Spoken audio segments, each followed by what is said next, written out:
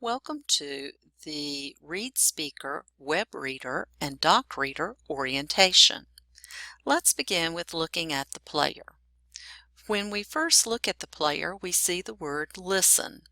This Listen button will be present on all files that you create in content. In other words, HTML files. If you just click Listen, it begins at the top of this page and reads to the bottom. If we expand the player, we not only have the play button, but we now see pause and stop. We have the Seek tool, which allows us to fast forward, a volume tool, and download the page to MP3. Let's look at the caret in the lower left corner. When you click on the caret, we now have a second toolbar. Let's first look at the tools on the lower toolbar. We have Settings. You may see Language, but most likely if you don't have a second language pack, you will not. Read on Hover, Enlarge Text, Simple View, which may also be thought of as a text view, Page Mask, Translate, Word Lookup, which is also a dictionary, and Help. Let's begin with Settings. In Settings, you have your reading speed. If you are teaching an area where information comes at your students fast in the workplace, such as nursing, medical office, fire science, then you may want to push the reader up to a faster speed. This will get your students accustomed to receiving information quickly. Otherwise, you may want to adjust the reader to a lower speed. Highlighting, you can turn on or off. You have color choices for the highlighting of the words and sentences while the material is being read to you. Also the text color. The next area is the text settings. With the font size, you notice we have multiple sizes listed. Normal is about a 12-point font size. With font, we have not only Open Sans, but we also have Open Dyslexic. If you're not familiar with this font, it puts anchors on the letters so that the student who has dyslexia can read the material easier. We know black text on a white background is the most accessible.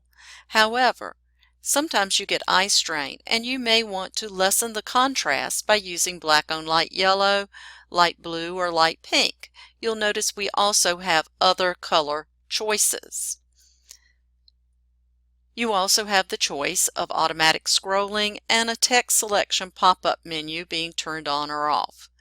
We're going to choose Open Dyslexic Font, and we'll put it as black on light pink.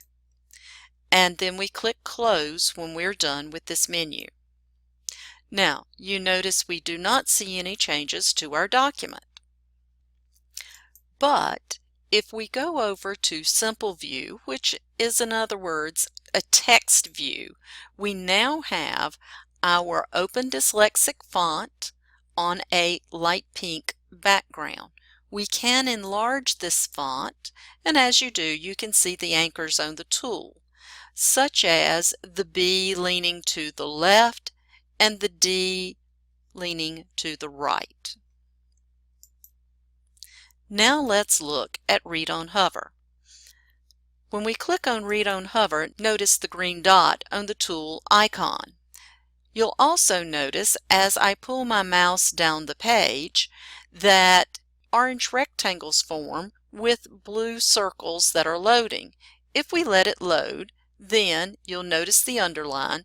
It will begin reading. This will continue until we click on the icon again, which turns the green dot off. Our next tool is Enlarge Text. When I click on it, we have the green dot again. You will notice that it stays on, just like the Read on Hover, until we click it off. Let's turn on the tool and listen. Begin by highlighting some text and either click the tab or listen to begin listening to this material. Knowing where to find learner support is essential to your success. Notice that the font is enlarged at the bottom and that we can increase the font or decrease it. This is great for a distracted reader as well as a reader that has low vision. I can also click play and it will continue reading. When I click stop, it does not turn the tool off. I have to go back and click on the icon again to turn off the tool. The next tool we have is a page mask. It's the electronic version of cutting a hole in a sheet of paper and moving it up and down on a book.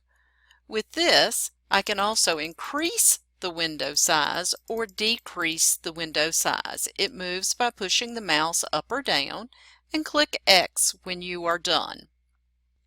Our next two tools I'll look at together. Translation uses Google Translate.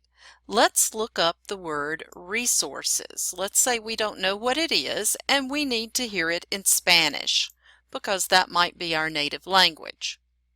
Well, there it is in Spanish, and notice it is by Google Translate, so we would only want to do a word or a phrase, but we still don't know the word. So if we look it up again, and this time use our word lookup or dictionary, that words ending in S, ER, ED, and ING might not show up as the word itself. We have to go back to the root word. Now at this time I will highlight only resource and click on the dictionary, and we find that it is a noun in its definition or a verb. Notice we get both forms of the word. If there are more forms, it would also be shown. The next thing we have is the help tool, and when we scroll down to keyboard navigation, you see that it tells you about how to set up an access key.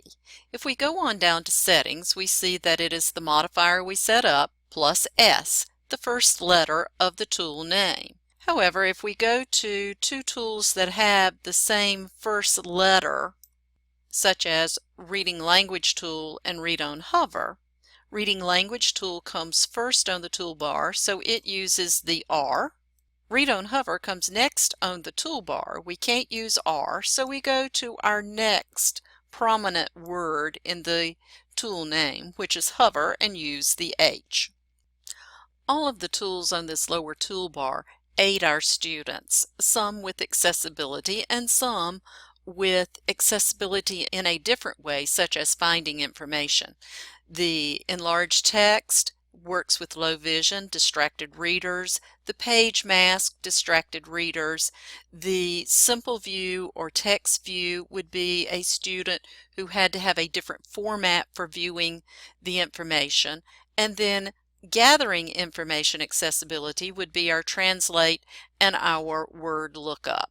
This concludes our information on webReader. Now let's look at a Word document. Here's a Word document, and it's in its natural format. I can use the drop-down menu and do Open with docReader, or I can scroll to the bottom of the document and choose Open with docReader. Either will get me to the same place. We have a side panel that gives us our thumbnail view or our heading view of the document. And if this was multiple pages, it would include all the headings in the document.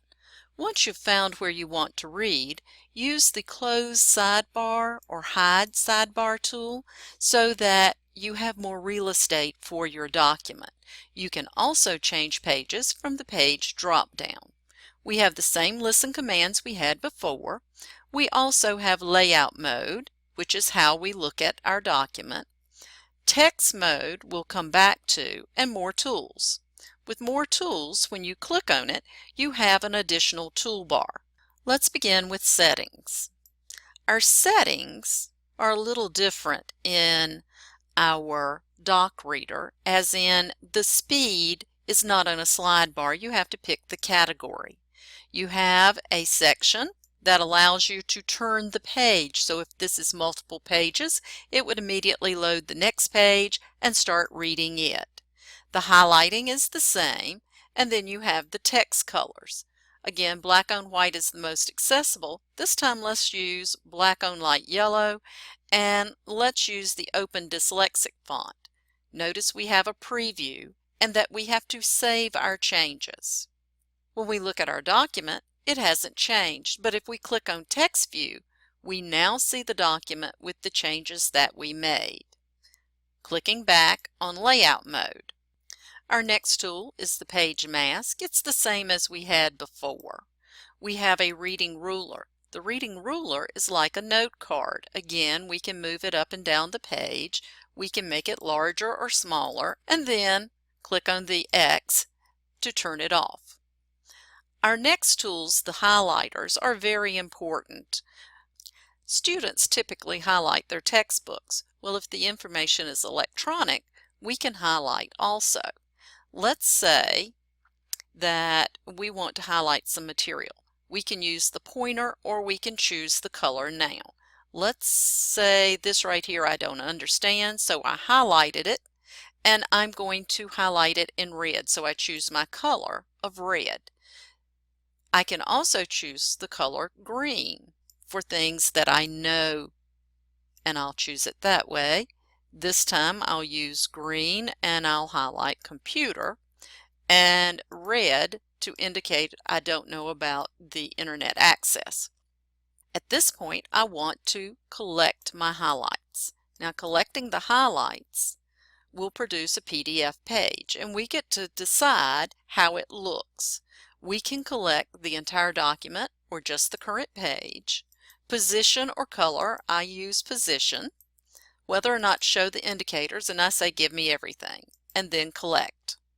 And I'm just going to call this highlights and save it on my desktop and then open it. Now at this point when I go into class the next time, these items that are marked in red, I can tell my instructor I had some questions and then go to this document and pick the page where I have questions and ask the instructor to further explain it.